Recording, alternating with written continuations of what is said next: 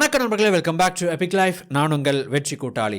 உங்களுடைய ஆளுமையை வளர்க்கும் விதமான கருத்துக்களை நம்ம தொடர்ச்சியாக பர்சனாலிட்டி டெவலப்மெண்ட் சீரீஸ் அப்படின்னு சொல்லிட்டு ஒரு பிளேலிஸ்ட்டில் இது வரைக்கும் நம்ம பார்த்துட்டு வந்துட்டு இருந்தோம். அந்த வரிசையில் இன்றைக்கி ஒரு முக்கியமான லைஃப் ஸ்கில்லை பற்றி நம்ம பார்க்க இருக்கிறோம். நம்ம வாழ்க்கையில் எப்போவுமே நம்ம எல்லாருக்குமே பிரச்சனைகள் அப்படிங்கிற ஒரு விஷயம் பொதுவாக எல்லாருக்குமே வரக்கூடிய ஒன்று. இந்த பிரச்சனைகளுக்கான தீர்வுகளை கண்டுபிடிக்கிறது அப்படிங்கிறது ஒரு முக்கியமான ஒரு வாழ்க்கை திறன். ஏன் அப்படின்னு கேட்டிங்க அப்படின்னா, பிரச்சனைகள் இல்லாத மனிதர்களே இல்லை அப்படின்னு சொல்லலாம். ஸோ ப்ராப்ளம் அப்படிங்கிற ஒரு விஷயம் எடுத்துக்கிட்டோம் அப்படின்னா, மணி ப்ராப்ளமாக இருக்கலாம், பண ரீதியான பிரச்சனைகளாக இருக்கலாம், அல்லது ஃபேமிலி ரிலேட்டடான இஷ்யூஸாக இருக்கலாம். ஸோ இந்த மாதிரி பார்த்திங்கன்னா ஒவ்வொரு கட்டத்துலேயும் ஒவ்வொரு இடத்துலையும் எல்லாருக்குமே எல்லா விதத்துலேயும் இந்த ப்ராப்ளம் அப்படிங்கிற ஒரு விஷயம் வந்துக்கிட்டே தான் இருக்கும். நம்மளுடைய வேலை என்ன அப்படின்னா, இந்த பிரச்சனைகளுக்கு தப்பிச்சு ஓடுறதோ அல்லது இந்த பிரச்சனைகள் வரக்கூடாது அப்படின்னு நினச்சிக்கிட்டு இருக்கிறதோ இல்லை, ஒரு பெட்டர் ப்ராப்ளம் சால்வராக மாறுவது. அதாவது ஒரு பிரச்சனைகளுக்கான தீர்வுகளை கண்டுபிடிக்கக்கூடிய ஒரு சிறந்த நபராக மாறுவது தான் இது எல்லாத்துக்குமே மிகச்சிறந்த ஒரு தீர்வாக இருக்க முடியும். சரி, நீங்கள் உங்களுடைய பிரச்சனைகளுக்கான தீர்வுகளை கண்டுபிடிக்கணும் அப்படின்னா அதுக்கு தேவைப்படுற பேசிக்கான விஷயங்கள் என்ன அப்படிங்கிறத இந்த வீடியோ மூலமாக இன்றைக்கி நாம் பார்க்க இருக்கிறோம். ஏன் பேசிக் அப்படின்னு சொல்கிறேன் அப்படின்னா, இந்த கான்செப்டை இந்த விஷயங்களை இந்த ஒரு வீடியோவில் அடக்கிட முடியாது.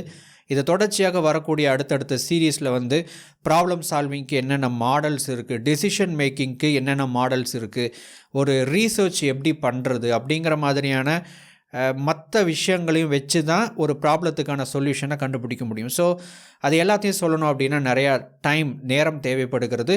ஸோ அடுத்தடுத்த பகுதிகளை நம்ம அதை நம்ம பார்க்க இருக்கிறோம். ஸோ இன்றைக்கி ப்ராப்ளம் சால்விங்கை பற்றின பேசிக்கான விஷயங்கள்.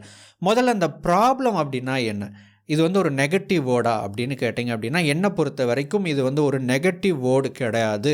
இது ஒரு எதிர்மறையான வார்த்தை கிடையாது. பிரச்சனை அப்படின்னா நம்முடைய கழுத்துக்கு மேலே இருக்கக்கூடிய, நம்மளை மூழ்கடிக்கக்கூடிய ஒரு விஷயந்தான் அப்படின்னு நம்ம நினச்சிக்கிட்டு இருக்கிறோம். அப்படி கிடையாது. பிரச்சனைகள் சின்னதாக இருக்கலாம், பெருசாக இருக்கலாம், மிகப்பெரியதாக இருக்கலாம், பூதாகரமாக இருக்கலாம், எப்படி வேணால் இருக்கலாம். பட் பிரச்சனை அப்படிங்கிறது பார்த்திங்கன்னா, இந்த ப்ராப்ளம் சால்விங் அப்படிங்கிற அடிப்படையிலேருந்து பார்க்கும்போது அது ஒன்று தான். அது சின்னது பெருசு அப்படிங்கிறதெல்லாம் இல்லை. சரி, ப்ராப்ளம் அப்படின்னா என்ன அப்படின்னு கேட்டிங்கன்னா, எந்த ஒரு விஷயத்துக்கு சொல்யூஷன் தேவைப்படுதோ அது எல்லாமே ப்ராப்ளம் தான். எந்த ஒன்றிற்கு ஒரு தீர்வு தேவைப்படுகிறதோ அது எல்லாமே பிரச்சனை தான். ஒரு கணக்கு புத்தகத்தை எடுத்துக்கோங்க, அதில் ஒரு கேள்வி கேட்டிருப்பாங்க, அதுக்கு நீங்கள் விடை எழுதணும், அது ஒரு ப்ராப்ளம். உங்கள் லைஃப்பில் இப்போ பணம் அப்படிங்கிறது பற்றாக்குறையாக இருக்குதா, அது ஒரு ப்ராப்ளம். ஸோ ப்ராப்ளம் அப்படிங்கிறது இதுதான் அதுதான் அப்படின்லாம் கிடையாது. நம்முடைய வாழ்க்கையில் எதுக்கெல்லாம் நாம் ஒரு தீர்வை கண்டுபிடிக்கணுமோ அது எல்லாமே ப்ராப்ளம் தான். இந்த ப்ராப்ளம் சால்விங் அப்படிங்கிறது ஒரு ஸ்கில் அப்படின்னு பார்த்தோம் இல்லைங்களா. இது ஒரு முக்கியமான ஒரு வாழ்க்கை திறன் அப்படின்னு பார்த்தோம். இந்த திறன் அப்படிங்கிற ஒரு திறன் இருக்குது இல்லைங்களா, இது தனியாக செயல்பட முடியாது. எந்த ஒரு திறனுமே தனிப்பட்ட முறையில் செயல்பட முடியாது. லைஃப் ஸ்கில் அப்படின்னு எடுத்துக்கிட்டோம் அப்படின்னா நிறைய ஸ்கில்ஸ் இருக்குது. அதில் முக்கியமான ஸ்கில்ஸை தான் நம்ம இங்கே பார்த்துக்கிட்டு இருக்கிறோம். இந்த ப்ராப்ளம் சால்விங் அப்படிங்கிறது அதில் ஒரு ஸ்கில்.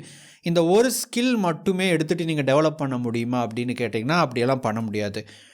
இதை பற்றி நீங்கள் தெரிஞ்சுக்கலாம் வேணாம், பட் அது ப்ராக்டிக்கலாக உங்கள் லைஃப்பில் நீங்கள் அப்ளை பண்ணணும் அப்படின்னா ஒன்றிற்கும் மேற்பட்ட திறன்கள் உங்களுக்கு தேவைப்படும். உதாரணத்துக்கு டெசிஷன் மேக்கிங், சரியான முடிவெடுக்கிற திறன் அப்படிங்கிறது உங்களுக்கு தேவைப்படும். அடுத்தது ரீசர்ச் பண்ணக்கூடிய திறன் உங்களுக்கு தேவைப்படும். உங்களுக்கு ஒரு விடை தேவைப்படுகிறது, பதில் தேவைப்படுகிறது. அப்போ அதுக்கு என்ன பண்ணணும் அப்படின்னா, இன்ஃபர்மேஷனை கேதர் பண்ணணும், ரீசர்ச் பண்ணணும், அதுலேருந்து நமக்கு ஒரு அறிவு கிடைக்கணும். ஸோ அந்த ஒரு திறன் அப்படிங்கிறது தேவைப்படுது.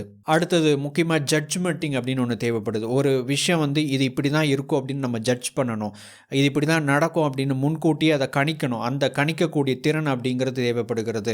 பிளான் பண்ணணும், ஒரு ப்ராப்ளத்துக்கு சொல்யூஷன் கொண்டு வரணும் அப்படின்னா திட்டமிடுதல் அப்படிங்கிற ஒரு திறன் தேவைப்படுகிறது.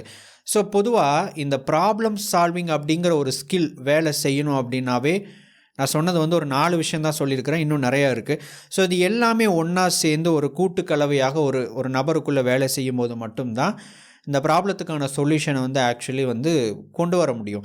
சரி, ப்ராப்ளம் சால்விங் பேசிக்ஸ் இதில் வந்து பார்த்திங்கன்னா உங்களுடைய பிரச்சனைகளுக்கான தீர்வை கண்டுபிடிக்கணும் அப்படின்னா உங்களுக்கு பேசிக்காக 3 ஸ்டெப்ஸ் இருக்குது. முதலாவது ஸ்டெப் என்ன அப்படின்னா அக்செப்ட் யுவர் ப்ராப்ளம்ஸ். உங்களுடைய பிரச்சனைகள் என்ன அப்படின்ட்டு முதல்ல நீங்கள் அக்செப்ட் பண்ணிக்கணும், ஏற்றுக்கொள்ள வேண்டும். ஏற்றுக்கொள்ளுதல் அப்படின்னா என்ன அப்படின்னா முதலாவது ஆமாம் இது வந்து ஒரு பிரச்சனை நடந்திருக்கிறது அல்லது எனக்கு இந்த மாதிரியான ஒரு ப்ராப்ளம் இருக்குது அப்படின்ட்டு நான் வந்து அதை முதல்ல ஏற்றுக்கிறது. ரெண்டாவது என்ன அப்படின்னா நீங்கள் வந்து அக்செப்ட் பண்ணிக்கிட்டீங்க பார்த்தீங்களா, ஏற்றுக்கொண்டீர்கள் பார்த்தீங்களா, அதையை வந்து சீரியஸாக எடுத்துக்கணும் அப்படின்னா இப்போது உங்களுக்கு வந்து ஒரு பண ரீதியாக ஒரு தீர்வை கண்டுபிடிக்கக்கூடிய ஒரு சிச்சுவேஷன் இருக்குது அப்படின்னா நீங்கள் அதை ஏற்றுக்கிட்டீங்க, ஓகே. ஒன்று. ரெண்டாவது, அதை நீங்கள் சீரியஸாக எடுத்தால் மட்டும்தான், அதை வந்து சீரியஸாக நீங்கள் வந்து கருதுனா மட்டும்தான் அதற்கான செயலில் நீங்கள் இறங்குவீங்க. அதை ஜஸ்ட் அக்செப்ட் பண்ணிவிட்டு ஆமாங்க இதெல்லாம் எனக்கு இருக்குது அப்படின்னு சொல்லிட்டு நம்ம வந்து ஏதோ ஒரு குற்ற உணர்வை ஏற்படுத்திக்கிட்டு நம்ம போய்கிட்டே இருப்போம்.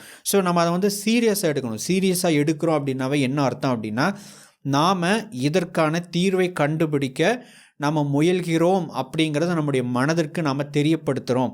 ஸோ நீங்கள் அதை சீரியஸாக எடுத்துக்கிட்டால் மட்டும்தான் இந்த விஷயங்கள் நடக்கும். நீங்கள் அதை சீரியஸாக எடுத்ததுக்கப்புறம் முக்கியமாக இந்த 3வது விஷயத்தை செய்யணும். என்ன அப்படின்னா ரெஸ்பான்சிபிலிட்டிஸை நீங்கள் அக்செப்ட் பண்ண ஆரம்பிக்கணும், எடுத்துக்க ஆரம்பிக்கணும், பொறுப்புகளை எடுத்துக்க ஆரம்பிக்கணும்.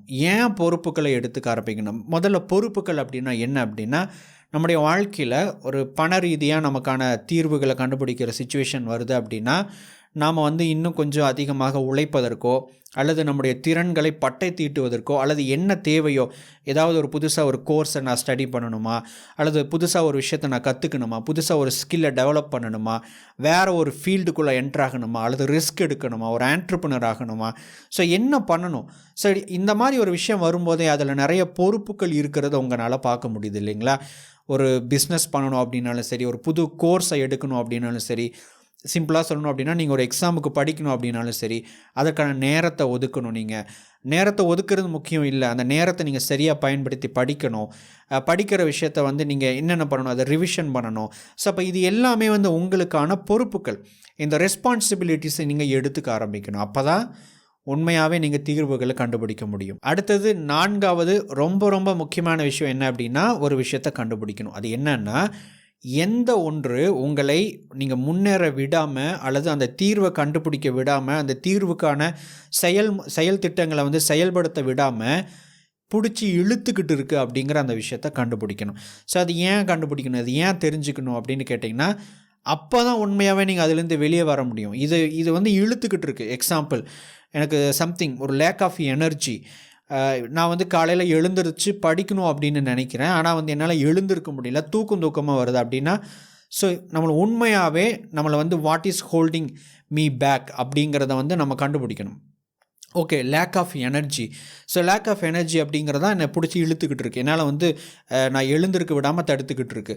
சரி, இதற்கான தீர்வு என்ன, இதை எப்படி நான் சரி பண்ணுறது? எனர்ஜி அப்படிங்கிறது என்னுடைய உடல் ரீதியாக இருக்கா, மன ரீதியாக இருக்கா? மன ரீதியாக எனக்கு மோட்டிவேஷன் கம்மியாக இருக்கா, உடல் ரீதியாக எனக்கு எனர்ஜி ஸ்டாமினா கம்மியாக இருக்கா? ஸோ இதை கண்டுபிடிச்சிட்டாவே இதை எப்படி சரி பண்ணுறது? உடற்பயிற்சி பண்ணலாம், மெடிடேஷன் பண்ணலாம், நல்ல உணவுகளை உட்கொள்ளலாம்.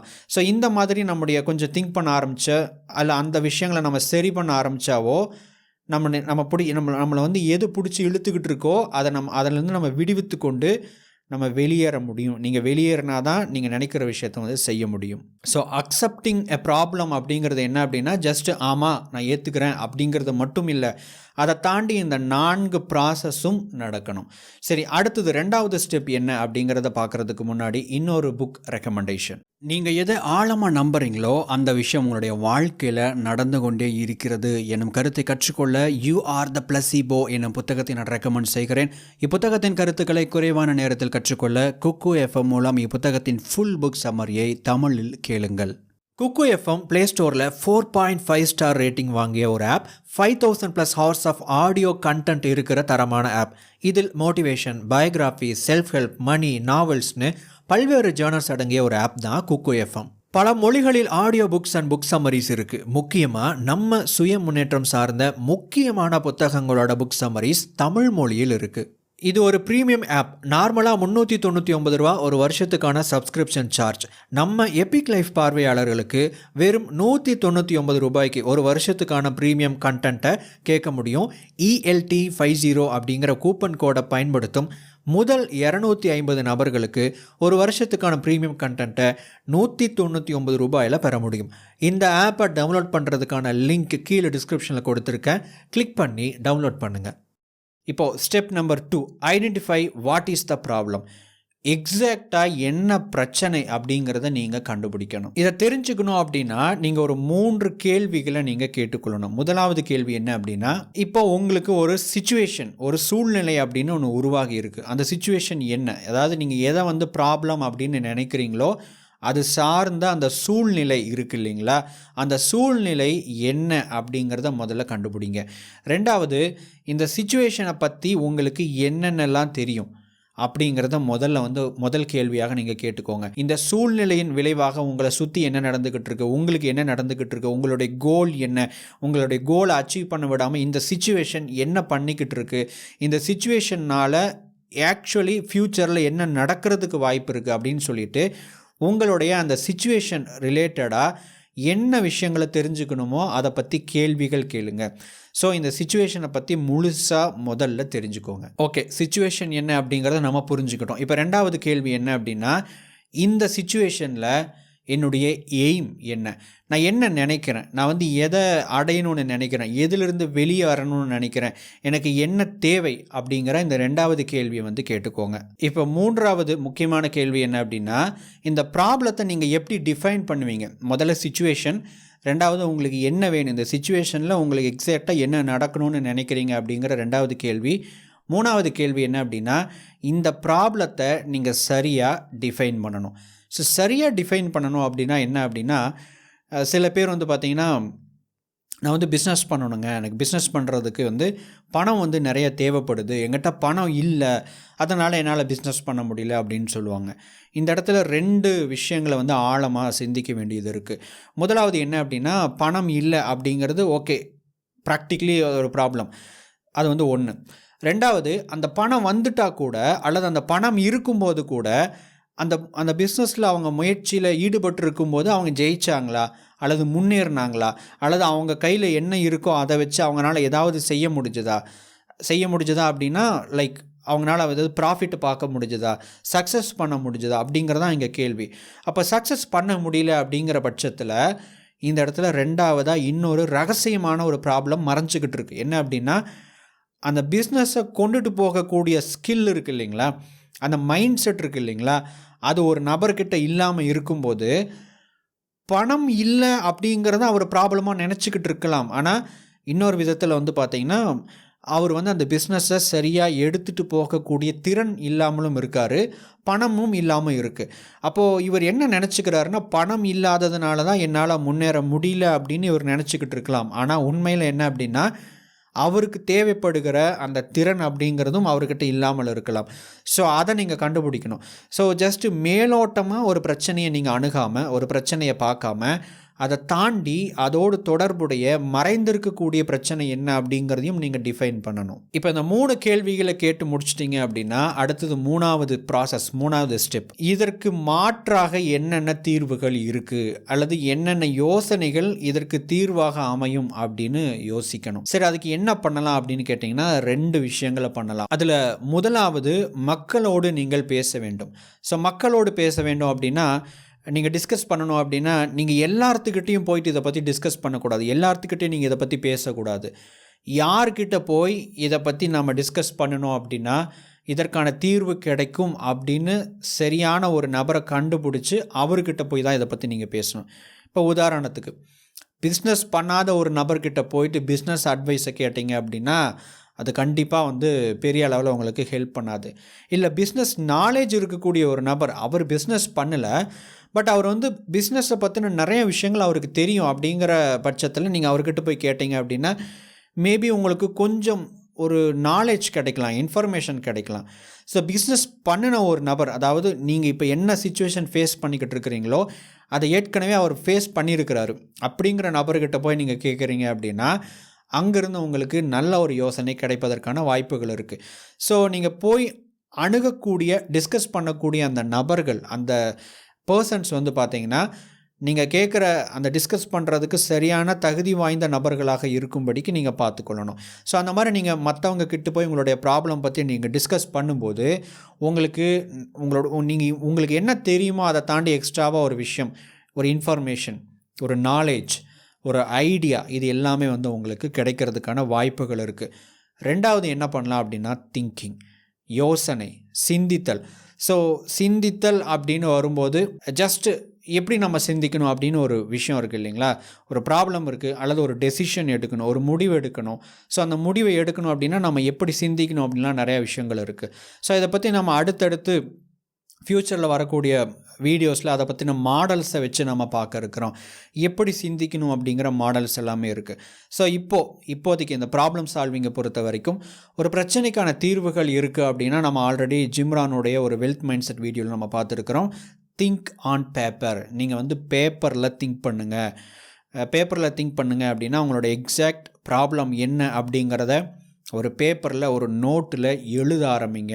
அதை எழுதிட்டு கேள்விகளாக எழுத ஆரம்பிங்க, விடைகளையும் எழுத ஆரம்பிங்க. இப்போ நம்ம பார்த்தோம் இல்லைங்களா, எக்ஸாக்டாக நம்முடைய ப்ராப்ளம் என்ன, நம்முடைய சிச்சுவேஷன் என்ன, நீங்கள் வந்து டிஸ்கஸ் பண்ணியிருப்பீங்க, அந்த நபர்கள் சொன்ன ஐடியாஸ் எல்லாம் நீங்கள் எழுதுங்க. ஸோ இந்த ப்ராப்ளத்துக்கு இதுதான் சொல்யூஷன் அப்படின்னு நான் நினைக்கிறேன், இது வந்து சரியாக இருக்குமா அப்படின்னு ஒரு கேள்வி கேளுங்க. சரியாக இல்லை அப்படிங்கிற பட்சத்தில் என்ன நடக்கலாம் அப்படின்னு ஒரு கேள்வி கேளுங்க. ஸோ இந்த மாதிரி நீங்கள் பேப்பரில் நீங்கள் யோசிக்க ஆரம்பிக்கும் போது, சிந்திக்க ஆரம்பிக்கும் போது உங்களை தாண்டி ஒரு சிஸ்டமேட்டிக்காக நீங்கள் என்ன சிந்திச்சிங்க, என்ன கேள்வி கேட்டீங்க, என்ன ப்ராசஸில் போய்கிட்டு இருக்கிறீங்க அப்படின்னு சொல்லிட்டு நீங்கள் வந்து அதை ப்ராசஸ்டாக வந்து கொண்டுட்டு போக முடியும். அன்லஸ் நீங்கள் ஒரு நல்ல ஒரு திங்கர், ஒரு நல்ல ஒரு ப்ராப்ளம் சால்வராக இருக்கிறீங்க அப்படின்னா இந்த விஷயம் வந்து உங்களுக்கு ஆட்டோமேட்டிக்காக நடக்கும்.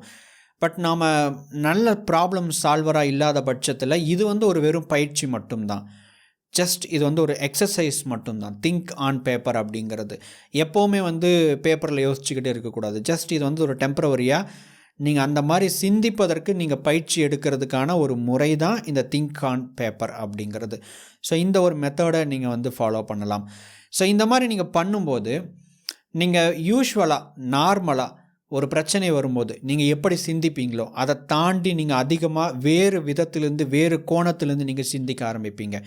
நீங்கள் அப்படி சிந்திக்க ஆரம்பிக்கிறீங்க அப்படின்னாவே உங்களுடைய தீர்வுகளும் வேறு கோணத்திலிருந்து வேறு விதமாக இருக்கும்.